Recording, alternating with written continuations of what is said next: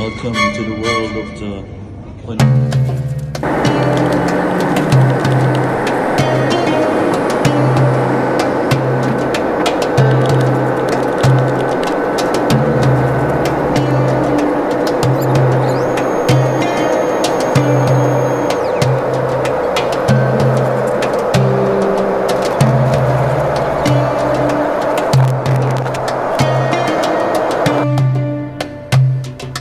Yes, finally, nakarating tayo sa Cairo after 3 hours of flying.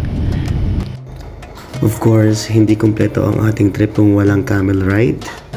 Medyo may pagka-attitude lang talaga tong camel na nasakyan ko kasi lagi niya akong tinatagilid. Gusto yata akong mahulog. At ayan na siya, ang Great Pyramids of Giza. Legit to na isa sa 7 wonders of the world. Grabe, sa picture pa lang nakakawaw na pero in person, para kang sinampal ng history. Ang sarap lang sa feeling na dati pinag-aaralan mo lang siya sa school. Pero ngayon, nandito na ako legit. Nasa actual pyramids na talaga ako. Yung akala ko dahil winter konti lang yung tao. Pero hindi guys. Lahat yata ng bansa may representative dito. May French, may mga grupo ng Koreans, Chinese. Siyempre hindi pa patalo yung mga Pinoy. Okay, time to go inside the pyramid. Pero wait lang, kung claustrophobic ka, mag-isip-isip ka muna.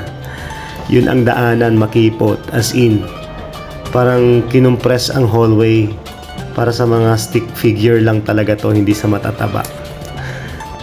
And note na walang natural light na pumapasok dito sa loob ng pyramid. Lahat ng liwanag na makikita nyo ay galing siya sa mga in-install na mga light bulbs. Tapos mararamdaman mo yung feeling na hinihypnotize ka ng lugar. Hindi mo talaga siya ma-explain, basta parang feeling mo yung lugar na yun is punong-puno ng history. According to our tour guide, ang bawat bato daw or bricks na ginamit sa pag-build ng pyramids ay kasing bigat ng isang kotse. At hanggang ngayon, wala pa rin talagang concrete evidence kung paano nilang na-build yung ganun kalaking structure. Dahil noon wala namang crane or wala ding truck. So, kinukonclude na parang purely manpower lang talaga yung ginawa nila. Ganito kami sa loob ng pyramid. Ito pala yon. Hindi sa pyramid. Sa loob. Kasi siya makitid na daanan.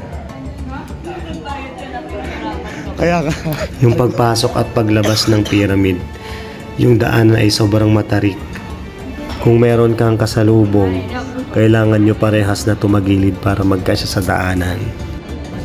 At ito yung portion ng pyramid na pinaka natakot ako.